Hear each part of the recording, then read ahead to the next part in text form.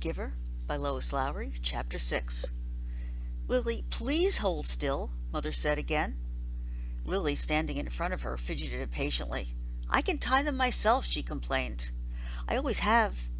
I know that, Mother replied, straightening the hair ribbons on a little girl's braids. But I also know that they constantly come loose, and more often than not, they're dangling down your back by the afternoon. Today, at least, we want them to be neatly tied, and to stay neatly tied. I don't like hair ribbons. I'm glad I only have to wear them one more year, Lily said irritably. Next year I get my bicycle too, she added more cheerfully. There are good things each year, Jonas reminded her. This year you get to start your volunteer hours. And remember last year when you became a 7? You were so happy to get your front buttoned jacket? The little girl nodded and looked down at herself, at the jacket with its row of large buttons that designated her as a 7. 4s, 5s, and 6s all wore jackets that fastened down the back, so they would have to help each other dress and learn interdependence. The front button jacket was the first sign of independence, the very first visible symbol of growing up. The bicycle at 9 would be the powerful emblem of moving gradually out into the community, away from the protective family unit. Lily grinned and wriggled away from her mother. And this year you get your assignment, she said to Jonas in an excited voice. I hope you get pilot, and that you'll take me flying. Sure I will, said Jonas, and I'll get a special little parachute that just fits you, and I'll take you up to, maybe 20,000 feet, and open the door, and... Jonas, Mother warned. I was only joking, Jonas groaned. I don't want pilot anyway. If I get pilot, I'll put in an appeal. Come on, Mother said. She gave Lily's ribbons a final tug. Jonas, are you ready? Did you take your pill? I want to get a good seat in the auditorium. She prodded Lily to the front door, and Jonas followed. It was a short ride to the auditorium, Lily waving to her friends from her seat on the back of Mother's bicycle. Jonas stowed his bicycle beside Mother's, and made his way through the throng to find his group. The entire community attended the ceremony each year. For the parents, it meant 2 days' holiday from work. They sat together in the huge hall. Children sat with their groups until they went, one by one, to the stage. Father, though, would not join Mother in the audience right away. For the earliest ceremony, the naming, the nurturers brought the new children to the stage. Jonas, from his place in the balcony with the 11s, searched the auditorium for a glimpse of Father. It wasn't at all hard to spot the nurturer section at the front. Coming from it were the wails and howls of the new children, who sat squirming in the nurturers' laps. At every other public ceremony, the audience was silent and attentive, but once a year they all smiled indulgently at the commotion from the little ones waiting to receive their names and families. Jonas finally caught his father's eye and waved. Father grinned and waved back, then held up the hand of the new child on his lap, making it wave too. It wasn't Gabriel. Gabe was back at the nurturing center today, being cared for by the night crew. He had been given an unusual and special reprieve from the committee, and granted an additional year of nurturing before his naming and placement. Father had gone before the committee with a plea on behalf of Gabriel, who had not yet gained the weight appropriate to his days of life, nor begun to sleep soundly enough at night to be placed with his family unit. Normally such a new child would be labeled inadequate and released from the community. Instead, as a result of Father's plea, Gabriel had been labeled uncertain and given the additional year. He would continue to be nurtured at the center and spend his nights with Jonas's family unit. Each family member, including Lily, had been required to sign a pledge that they would not become attached to this little temporary guest, and they would relinquish him without protest or appeal when he was assigned to his own family unit at the next year's ceremony. At least, Jonas thought, after Gabriel was placed next year, they would still see him often, because he would be part of the community. If he were released, they would not see him again, ever. Those who were released, even as new children, were sent elsewhere and never returned to the community. Father had not had to release a single new child this year, so Gabriel would have represented a real failure and sadness. Even Jonas, though he didn't hover over the little one the way Lily and his father did, was glad that Gabe had not been released. The first ceremony began right on time. and Jonas watched as one after another each new child was given a name and handed by the nurturers to its new family unit. For some, it was a first child, but many came to the stage accompanied by another child, beaming with pride to receive a little brother or sister, the way Jonas had when he was about to be 5. Asher poked Jonas's arm. "Remember when we got Philippa?" he asked in a loud whisper. Jonas nodded. It had only been last year. Asher's parents had waited quite a long time before applying for a second child. Maybe, Jonas suspected, they had been so exhausted by Asher's lively foolishness that they had needed a little time. 2 of their group, Fiona and another female named Thea, were missing temporarily, waiting with their parents to receive new children, but it was rare that there was such an age gap between children in a family unit. When her family ceremony was completed, Fiona took the seat that had been saved for her in the row ahead of Asher and Jonas. She turned and whispered to them, "He's cute, but I don't like his name very much." She made a face and giggled. Fiona's new brother had been named Bruno. It wasn't a great name, Jonas thought, like, well, Gabriel, for example, but it was okay. The audience applause, which was enthusiastic at each naming, rose in an exuberant swell when one parental pair, glowing with pride, took a male new child and heard him named Caleb. This new Caleb was a replacement child. The couple had lost their first Caleb, a cheerful little 4. Loss of a child was very, very rare.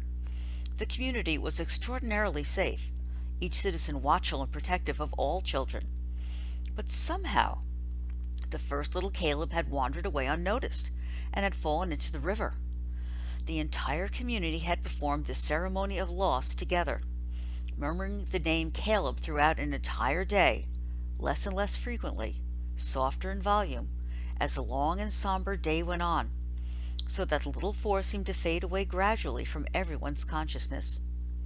Now at this special naming, the community performed the brief murmur of replacement ceremony, repeating the name for the first time since the loss, softly at first, then faster and with greater volume, as the couple stood on the stage with the new child sleeping in the mother's arms.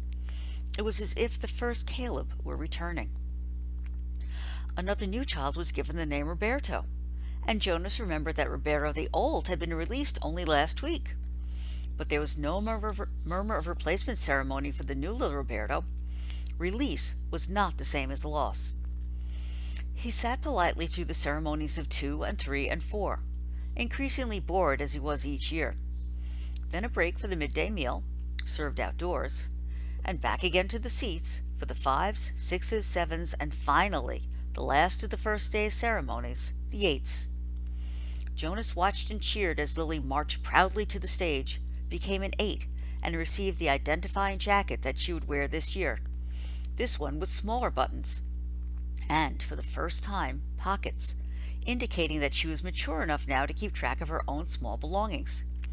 She stood solemnly listening to the speech of firm instructions on the responsibilities of 8 and doing volunteer hours for the first time. But Jonas could see that Lily, though she seemed attentive, was looking longingly at the row of gleaming bicycles, which would be presented tomorrow morning to the 9s. Next year, Lily-Billy, Jonas thought. It was an exhausting day, and even Gabriel, retrieved in his basket from the nurturing center, slept soundly that night. Finally, it was the morning of the ceremony of 12. Now Father sat beside Mother in the audience. Jonas could see them applauding dutifully as the 9s, one by one, wheeled their new bicycles, each with its gleaming name tag attached to the back, from the stage. He knew that his parents cringed a little, as he did, when Fritz, who lived in the dwelling next door to theirs, received his bike and almost immediately bumped into the podium with it. Fritz was a very awkward child who had been summoned for chastisement again and again. His transgressions were small ones, always: shoes on the wrong feet, schoolwork misplaced, failure to study adequately for a quiz. But each such error reflected negatively on his parents' guidance and infringed on the community's sense of order and success. Jonas and his family had not been looking forward to Fritz's bicycle, which they realized would probably too often be dropped on the front walk, instead of wheeled neatly into its port. Finally, the 9s were all resettled in their seats, each having wheeled a bicycle outside, where it would be waiting for its owner at the end of the day. Everyone always chuckled and made small jokes when the nines rode home for the first time. "Want me to show you how to ride?" older friends would call. "I know you've never been on a bike before." But invariably the grinning nines, who in technical violation of the rule had been practicing secretly for weeks, would mount and ride off in perfect balance, training wheels never touching the ground. Then the tens. Jonas never found the ceremony of 10 particularly interesting, only time-consuming, as each child's hair was snipped neatly into a distinguishing cut. Females lost their braids at 10, and males too relinquished their long childish hair and took on the more manly short style, which exposed their ears.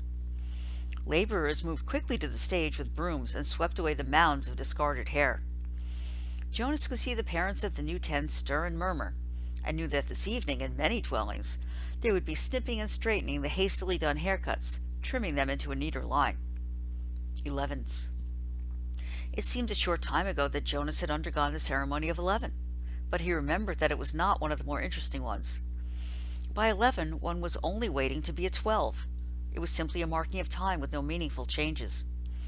There was new clothing, different undergarments for the females, whose bodies were beginning to change, and longer trousers for the males, with a specially shaped pocket for the small calculator that they would use this year in school. But those were simply presented in wrapped packages, without an accompanying speech. Break for midday meal.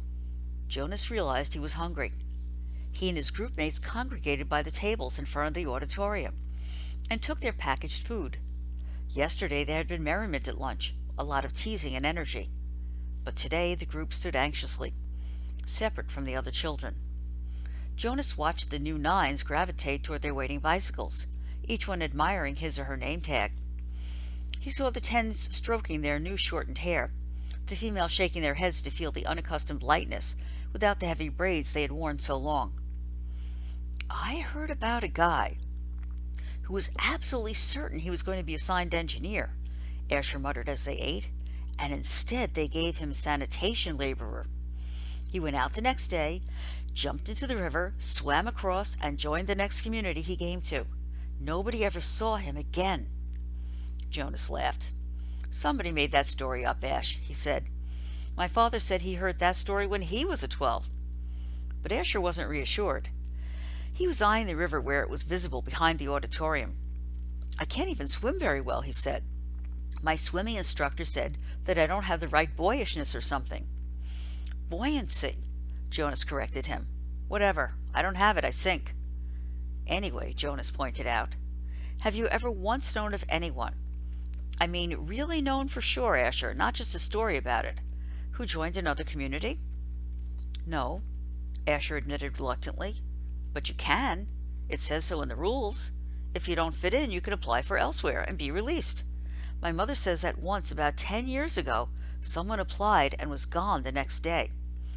Then he chuckled. "She told me that because I was driving her crazy, she threatened to apply for elsewhere.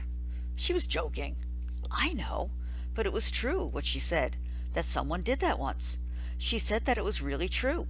Here today and gone tomorrow. Never seen again. Not even a ceremony of release." Jonas shrugged. It didn't worry him. How could someone not fit in?